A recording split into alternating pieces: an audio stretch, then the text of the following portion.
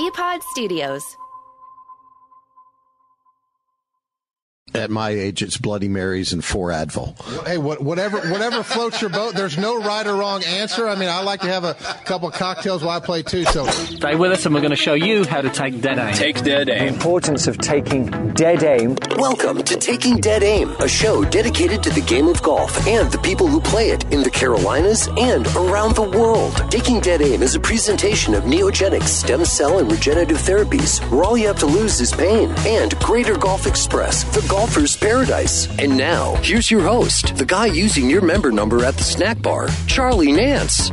hey there, once again, we're Taking Dead Aim, presented by Neogenic Stem Cell and Regenerative Therapies, where all you have to lose is pain, and Greater Golf Express, the golfer's paradise, where you can get prior generation Titleist Pro V1 and Pro V1X and prior generation TaylorMade TP5 and TP5X golf balls for $39.99 a dozen. GreaterGolfExpress.com or Centrum Plaza Pineville. I'm Charlie Nance on Twitter at CLT_Golf Guy. And two things: the Tour Championships / FedEx Cup and the Ryder Cup. Congrats to Patrick Cantlay on winning the former, and controversy on the latter has erupted as Patrick Reed was not picked. Captain America, not a part of the Ryder Cup. Look, I get it. Between Bryson and Brooks, the American team already has a couple of prickly dudes who are not exactly team chemistry guys. And Reed, even with his Ryder Cup record of 7-3-2, let's face it, the guy's a problem. We'll deep dive into all this and more with Ron Green Jr. of the Global Golf Post and Charlotte Observer. Then we'll wrap things up with the big conversation about that 6 spaces between your ears. The mental game with our resident PGA master teaching professional, Nick Jacoby from Stonebridge Golf Club. So let's get it started with Ron Green Jr. Ron, let's talk a little bit about the Tour Championship. This is the third year of this wacky, nutty point system that I think really got started when Tiger won the tournament and completely overshadowed.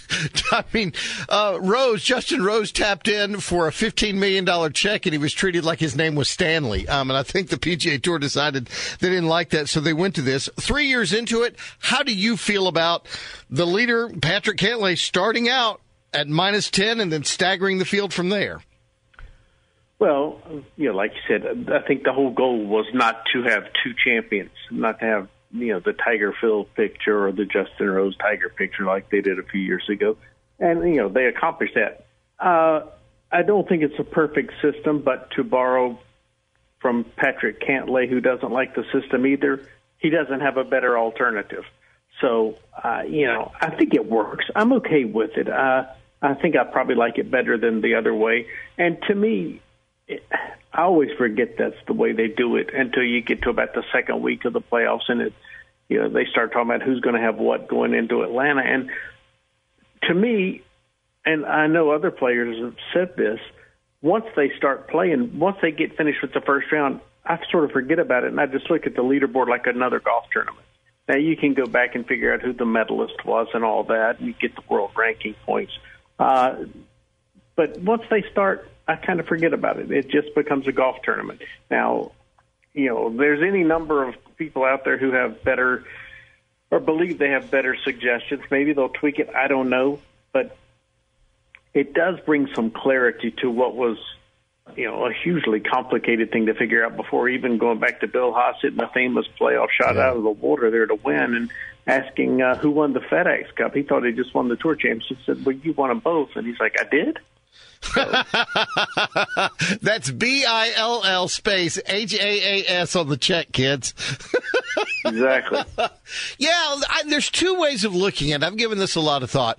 An analogous way to look at it is sort of like qualifying for the Indianapolis 500. The faster you qualify, the closer to the front you get to start. So whoever was the fastest during Speed Week gets to start on front row inside left. And if you were the 10th fastest, you're on the third or fourth row. And I understand that. That's a good analogy to what happens with the FedEx Cup playoffs. Patrick Cantlay is the number one player going into the final. So he's the one -10 and a 2-shot lead. The other way to look at it is, well, if you look at it like the 100-meter dash or the 100-yard dash in the Olympics, you have everybody qualifying to get to that final race, the last 8 spots. But everybody starts on the same line, and the gun goes off, and whoever breaks the tape wins. And I think I don't have a problem with that. These guys are making so much money that by the time you make it to the Tour Championship, by the time you are number 30 or better, your reward is actually just being there at that point, and everything else is gravy. And so why not, the 30 guys who make it there, just go for it. Whoever wins this week, you win. And I think, I wouldn't have a problem with that. Yeah, I think they want to reward more. They want to give everybody theoretically a chance, but they want there to be benefit for having played well over the course of a long season. And you can put yourself in a better position that way. Now, granted, if you're whatever it is, outside the top 10, it doesn't matter how well you play. Once you got there, you're still starting 10 back. But, I think, I get what you're saying, but I think, I don't know. I don't like just a pure shootout for it just over 4 days. It could be anybody's golf tournament. Suddenly, somebody you haven't even thought about suddenly comes up and wins. And I think they wound up with the two best players playing for the ultimate prize, which is, I think, what they ultimately wanted. I think Jon Rahm had the best season of anybody. Patrick Cantlay won twice as many tournaments as anybody else, although one he won when Jon Rahm didn't get to finish with a 6-shot lead. Another one, Kevin Na and Jon Rahm shot lower scores than he did, but he gets credit for it because that's the way it's set up. I think I like the way it turned out. Again, it's not perfect, but I'm not smart enough to figure out a better way. The latest version of Comeback Tiger that we had was a Tiger who was having to manage back pain and knowing what he couldn't do, how many weeks he could go out. And sort of the model was Patrick Cantlay, who also deals with a bad back. And no one was really talking about it this last week, but God, Cantlay'd been out for, I think, 5 of 6 weeks or something. Did he mention how his back was doing, or does $15 million sort of make the pain go away? I don't remember hearing anything about back. Now, obviously, his history is very much tied to his back and having a stress fracture in your vertebrae. And he told the story at some point about when he felt it hitting balls somewhere, maybe at Colonial or somewhere, suddenly in 2013, and he had a serious back injury. And the doctor basically said the only way, he said, when does it feel bad? He goes, when I hit golf balls. He said, when does it feel okay? He says, when I don't hit golf balls. He said, well, how about not hitting golf balls for over a year? And Cantlay said, okay. And basically that's what brought him back. But he, I don't think his back has been a serious issue. It was Colin Morikawa who was talking about, he hurt his back at the Olympics and sort of got himself into some bad habits. And the Colin Morikawa we saw win the Open Championship is not the Colin Morikawa we've seen in the playoffs. And I know Steve Stricker would love to get that old Colin Morikawa back as soon as possible. It's so funny how things can go wrong, because if you tweak something when you're over there and then, you've been on those plane rides, the plane ride from Asia back to the United States, that doesn't help things if you've tweaked a back. And like you said, then it's the playoffs and you're trying to keep going and you ingrain bad habits. It can really happen quickly. Yeah, trust me. At my age, I know how that feels. Between soreness in spots and having ingrained some really bad habits, I think, given the fact that I keep doing the same thing over and over, it takes a while to get out of it. But Morikawa is going to be great. He's going to be just fine, and if I'm Steve Stricker, I'm putting him out there a lot of times at Whistling Straits. There was no debate. No one had a case other than Jon Rahm. He was the player of the year almost by acclamation, yes? Well, I think so. And the ones that have come out have been based on point system and everything. It'll be interesting to see how the players vote. I think the players will probably vote for Jon Rahm, too, because of sort of the way the season went, the way he won the U.S. Open, the other things he did, and that he led everything, stroke average, strokes gained off the tee. There's a lot of ones down beside his name in various categories. I think Cantlay will get a lot of sports. I know a lot of people think Cantlay is the player of the year. I would not have thought it was going to be a very close race. But 2 weeks ago. But I think you can make a strong case for both. I think I lean John Rahm, though. Yeah, I look at Patrick Cantlay kind of like I looked at Billy Horschel that year. Patrick Cantlay's the best player of the last 3 weeks. You know, he's been really, really great these last 3 weeks. I don't know if I can compare his season to Rahm's. I think you and I have talked about this before. You know, whether it be a major championship or whether it be the Players, there's only one guy who's had a top 10 in every one of those. And, by the way, won a major and won other events on tour and has looked great all year, and that's Jon Rahm. Well, I think Jon Rahm only won one tournament this year, and Patrick Cantlay won 4. So there's your argument right there. Ron Green Jr. with the Global Golf Post and Charlotte Observer, our guest taking dead aim. The next time we will see most of the best players in the world, and probably the last time until the end of the year, is the Ryder Cup coming up.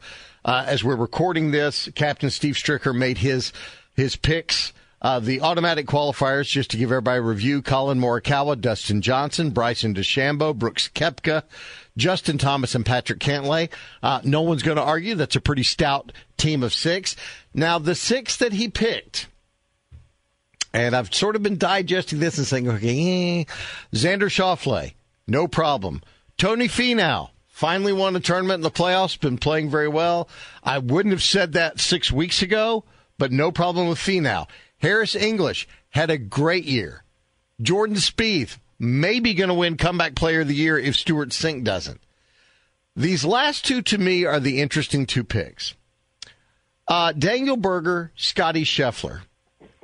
Scotty Scheffler, to me, if you're picking on this is a big boy ballpark and Whistling Straits is a big boy ballpark, then Scotty Scheffler's a big boy you want playing on it. And he's proven that in major championships and pressure situations, he tends to show up for those. So, you know, don't really have a problem with Scotty Scheffler. The one that I just keep looking at is Daniel Berger. Make the case for me why Daniel Berger deserves to be there over Patrick Reed or Webb Simpson.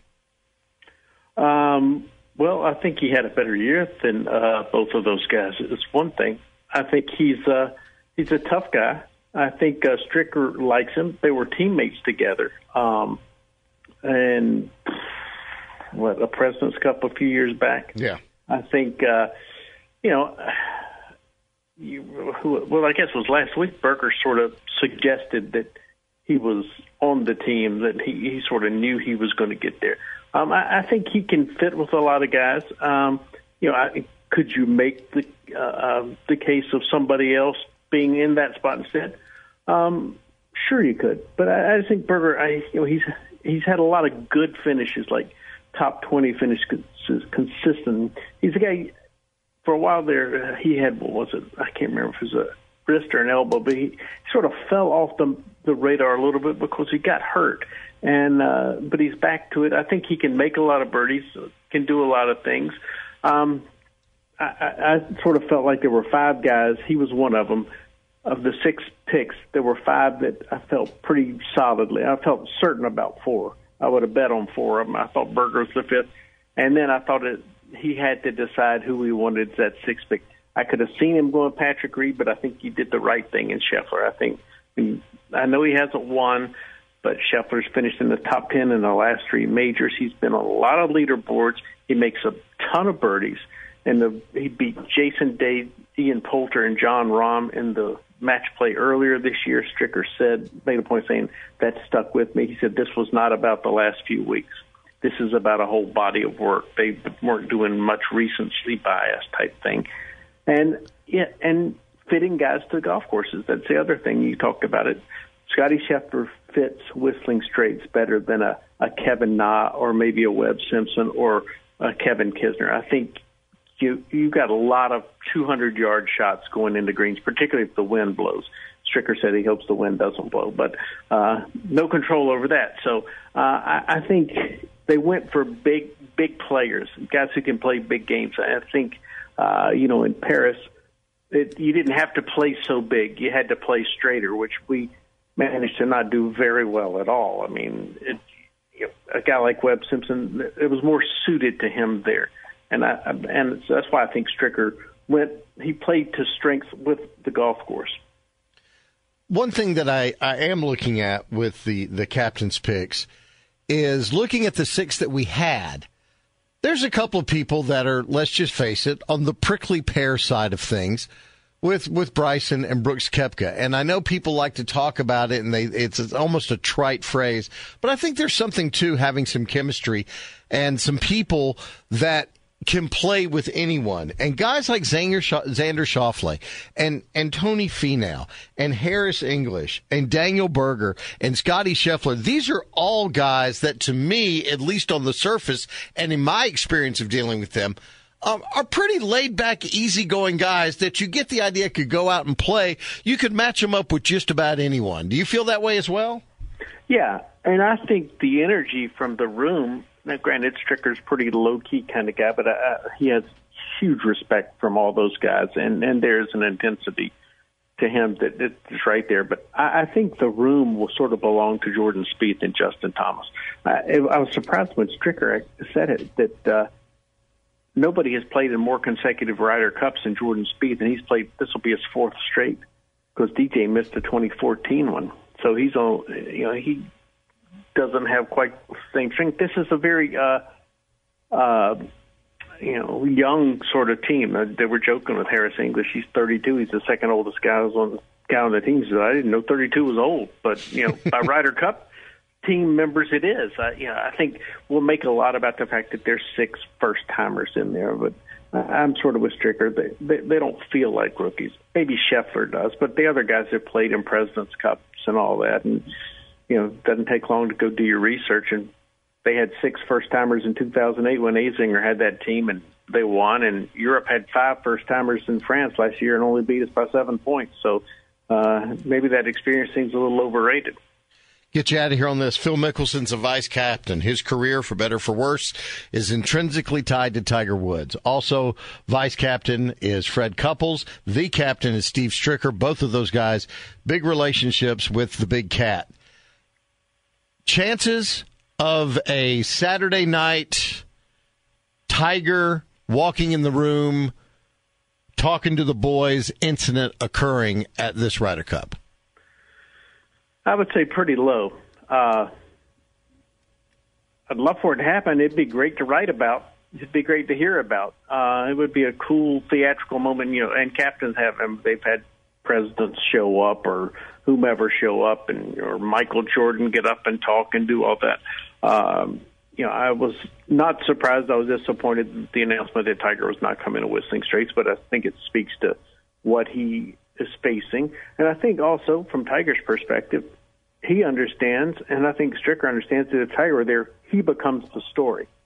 This is the Ryder Cup, and as big as it is, Tiger, given what he's been through, might be a bigger story than that if he shows up and he's riding around in a cart getting shuttled around, and people want to see him and talk to him and hear about everything. So I think Tiger's been involved in this throughout. I think he will continue to be involved in this throughout, Zooming or texting or whatever, however way Tiger can get his message across. I think they want, Freddie and them are going to stay in touch with him. And yeah, could he be there Saturday night? I hadn't thought about it. That's a great little Hollywood thing. I mean, they make movies about that sort of stuff. From the Global Golf Post and Charlotte Observer, that's Ron Green Jr. And up next, from Stonebridge Golf Club, our PGA Master Teaching Professional, Nick Jacoby, takes dead aim at that 6 inches between your ears, that thing called the mental game.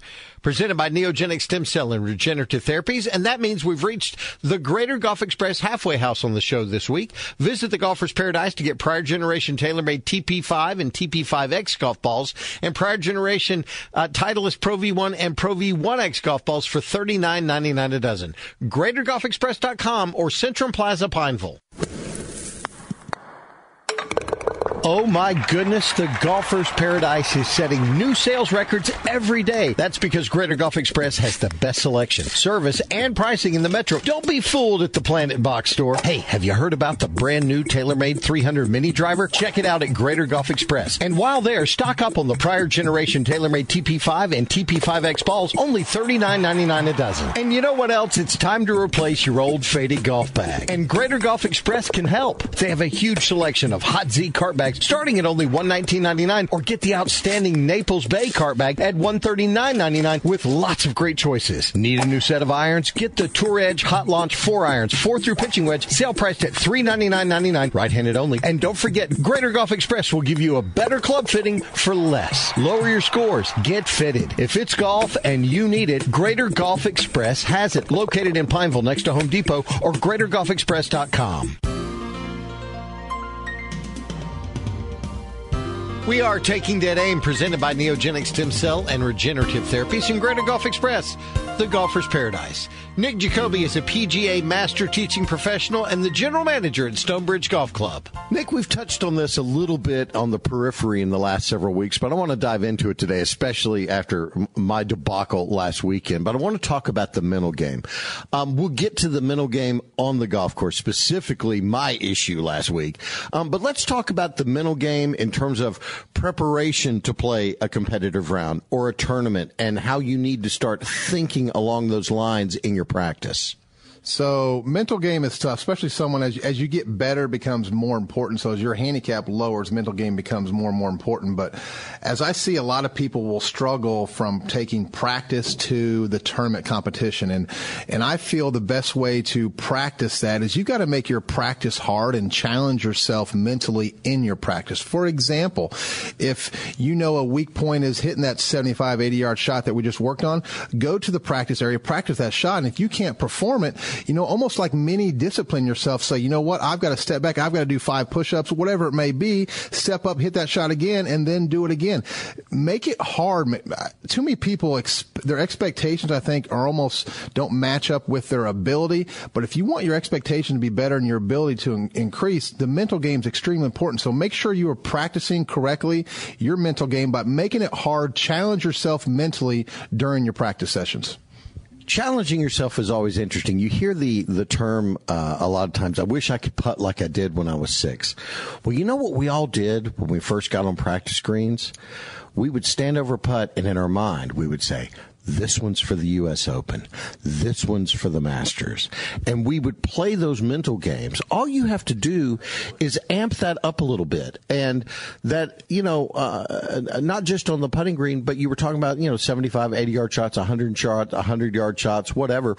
What I try to do is picture specific spots on the golf course where I know I'm going to have those shots. And I literally imagine the target being, I can see the hole in my head, and you have to make yourself do this. And the key for me is, and you talk about challenging yourself or making it punishable on yourself, is I think to myself, if I miss this shot in a tournament, I'm not going to be happy with myself. I'm not going to be accepting of this poor shot. So why should I be accepting of it when I'm practicing? You see what I'm saying? Absolutely. Again, I watch my kids, they're in the middle of soccer practice right now, and the very end of every soccer practice, they do a goal kick where the goalie's there and they've got to, kick roughly a 20-yard kick. And if they don't make it, they have to run a lap around the field. Who wants to run a lap around the field after you just had practice? So again, challenging yourself, putting yourself in that. But it comes back to, as you mentioned, it was easy to putt when I was young. Well, as we get older, we learn or have more experiences failing. When we're young, we don't know what failure is. Failure is a part of life. You learn more from failure than you do winning. That's a whole different argument. But you've got to train better and accept failure, but take failure for what it is and learn from it. Challenge yourself, because too many people just don't challenge themselves correctly or prepare correctly. I want to make practice harder than it is come tournament time or game time. It's almost like when you're in school, if you got a test coming up, you're going to prepare for it, so the test is not that hard. But if you go in unprepared, the test is extremely hard. Look at the tournament golf or competition more as a test. So you want to be prepared for that. Your practice is hard. Come test time, it's a lot easier. Do you remember a specific moment in your life where all of a sudden that switch got flipped and you went from being accepting of poor shots in practice to holding yourself more accountable in practice? Do you remember an incident or a moment where it just happened for you? I don't know if the exact moment, but I can remember kind of the time frame because, growing up prior to being married and kids, golf was what I did, was my DNA. So I got very disappointed when I didn't perform up to my standards in events. But as I got older and obviously started a family, golf became a back seat to that. So I started accepting my results. Maybe easier might be the phrase to use that, but I didn't let it affect me afterwards. Prior to that, in college, high school, if I played poor in an event, I would be disappointed for a day or two, especially if it was a big event. Now, if I hit a bad shot or I play bad, I'm like, you know what? As long as I feel like I gave myself 100%, you know what? It's not that big a deal. In the end of the day, it's still a game. Granted, we do want to succeed. No one likes to fail. I mean, being a loser, they say, is no fun. Once a loser, always a loser. But you do want to succeed. So remember, it is still a game, but it's all about preparation. Listen to any good athlete. It's all about preparation. So come tournament time, test time, if you're prepared, you're going to perform better. Growing up, I was a basketball player, some renown, and the only correlation to me between basketball and golf is foul shooting and putting, because they both do the same things. When you go to shoot a foul shot, you have a ritual, a routine that you do before every foul shot. When you go to putt, you have a ritual, a routine you do before every putt. And when I would practice in the backyard, God bless my neighbors. The soundtrack of my childhood was a ball bouncing on a dirt court and the sound of it going through a chain net. But I would always end my sessions with shooting 10 free throws. And this was a Friday night. I was 10 or 11 years old. And my mom knew this is what I did. And my mom is the most uber competitive person I know. And I ran back in the house, flipped off the outdoor lights. And she said, well, how'd you do? Well, how'd you do is how many free throws did you make? And I was halfway up the stairs. And I said, I made 7 out of 10. And I go 2 more steps up the stairs, and I hear this. I wonder if there was a little boy out there today who made 8. Nice. And it was a defining moment in my life where I could either accept mediocrity, or in my mind, or her mind, mediocrity of 70%, or I could challenge myself to take it to that next level. And I went back outside and stayed till I made 8. And I think that's kind of the point you need to get to with your practice is, are you going to be accepting of mediocrity, or are you going to challenge yourself to be better? I agree 100%. And I work with a lot of juniors, especially a lot of middle school and high school kids, and we come up with goals. I said, listen, you're going to be an adult here soon. You're going to have a family here before you know it. But this is a window. If you're serious, whether it be golf, basketball, baseball, football, doesn't matter what it is. If you're serious about it now, do you want to have a regret 10, 15 years from now looking back and say, you know what, I could have played college athletics if I worked a little bit harder. So look at it, give it your all, especially when you're young. You don't have the obligations you do as you become an adult. So work hard. Worst case, you gave it your all, and you can put your head on your bed at night and say, you know what, I tried hard. But there's nothing like living with any type of regret, especially if you were really good at a particular sport and you knew you could have possibly gone to the next level if you worked harder. All right, now we need to talk about my debacle last week, because this was a different kind of, and it wasn't that, and I didn't get angry. I didn't lose it. That's easy to fix. Don't get angry on the golf course. No one has ever played good getting angry on a golf course. But what was happening was I was running in to back, just really awful breaks. And we all get them on the golf course. And if you're playing a casual Saturday and Sunday round, you go, well, I just had bad breaks today. But if you're playing in a club championship, if you're playing in a competitive round, 2 or 3 of those back to back, and you are screwed. How do you, there's no other way to sit there laughing at me. But how do you bring it back? How do you keep your mental focus? How do you get past the bad breaks in the middle of a round? So first off, I heard this from Ernie Els a long time ago. The first key to being a really exceptional athlete is having a short memory. So first off, if you are struggling, we've got to somehow not erase it, but forget it for a short period of time. Next, you've got to have, obviously we're talking golf here. So I know my tendencies my tendencies are to, say, for example, miss it right. I know it's caused by 1 or 2 things. You've got to know your tendencies. So if you get in a funk, and if you know it's swing related, first off, go back to your 1 or 2 simple fundamentals and focus on those. You're playing good, you're not really focusing on those. But if you get in a funk, focus on those 1 or 2 things. Now, if it comes to bad breaks, there is such a thing, I think, as trying too hard. So I think you almost have to laugh it off, shrug it off, and again, just relax and have fun. Remember, at the end of the day, it's still a game. I know, again, we want to compete and try very hard, but at the end of the day, it is a game. So use all your preparation, all your mental preparation, physical preparation you've done there, and use that and keep it really simple. When things get tough, do not overcomplicate it. Go back to basics. Keep it very simple.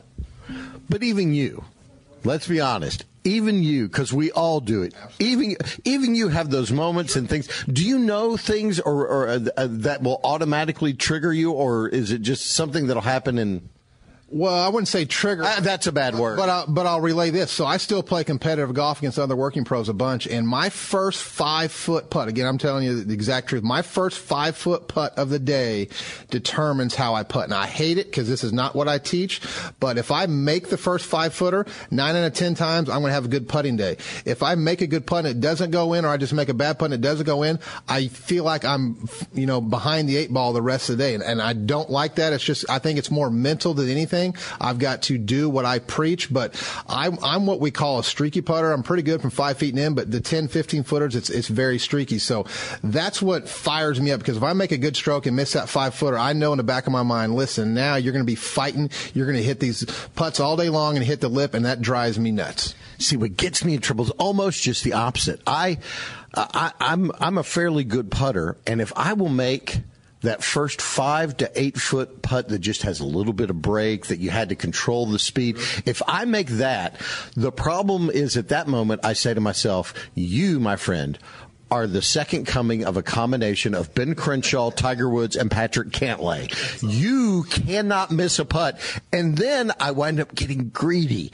And so anything that I see, and you know this well, look, you can get greedy from 10 feet and in. Okay, that's when you can get greedy. Anything, and this is for everyone, anything outside of 10 feet, not even the pros get greedy because you don't make them. So when you're at 20 feet, you can't stare at a 20-footer on greens that are rolling 12 to 14 on the stump and say, I'm gonna ram this in. You're exactly right, and it comes down to, you can look at stats on tour. I mean, the average tour player from 8 feet only makes roughly about 50% of them. So if you're a 4, 5, 6, 10 handicap, the chances of you making 8-footer are a lot less. So making sure your expectations match, your ability to a point. But yes, it comes down to mental. You got to be prepared, and there's not enough said as far as being in the right mind frame that morning, especially. So if you're getting ready to go play golf in your club champs or where it may be, get in a good mind frame. Listen to whatever music you like. What gets you in the frame of mind? Eat your favorite breakfast. Get you something that gets you in the right mood, because there's nothing like being in a bad mood. Then you got to go play golf. So get your mind right before you tee it up. At my age, it's Bloody Marys and 4 Advil. Hey, whatever floats your boat. There's no right or wrong answer. I mean, I like to have a couple of cocktails while I play too. So get your mind right, and you'll shoot lower scores. From Stonebridge Golf Club, that's PGA Master Teaching Professional Nick Jacoby. A reminder: the video component to his weekly visit, 2 Minutes with Nick Jacoby, is online now at foxsportsradiocharlotte.com, or just click on the link on our Facebook page. I'd also like to thank Ron Green Jr. from the Global Golf Post and Charlotte Observer for his time and insight this week. Reminder, speaking of our Facebook page, follow us on Facebook. Just search Taking Dead Aim and give us a like. Posted there now are links to articles on the latest goings-on in and around the world of golf. Weather-wise, another kiss of fall this weekend in the Carolinas, and that means great weather for letting this game continue to haunt your soul and break your heart. And hey, if you do put a peg in the ground this weekend, remember to exhale, swing, pose, and keep it in the short grass. I'm Charlie Nance on Twitter at CLT_golf guy, and I'll see you right here next week, Taking Dead Aim, presented by Neogenic Stem Cell and Regenerative Therapies, where all you have to lose is pain, and Greater Golf Express, the golfer's paradise, where you can get prior generation Titleist Pro V1 and Pro V1X golf balls, and prior generation TaylorMade TP5 and TP5X golf balls for $39.99 a dozen.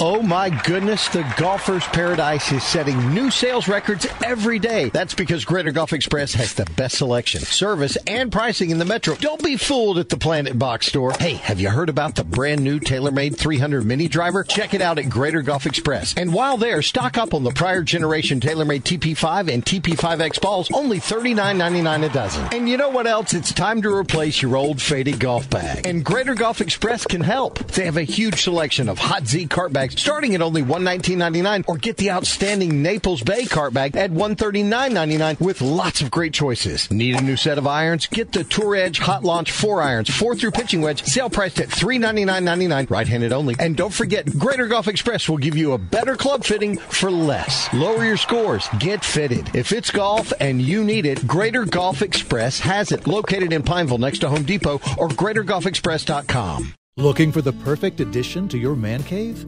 The team at musthavesandfunfinds.com is on the hunt for beer-themed finds and tech toys to help make your space the envy of all.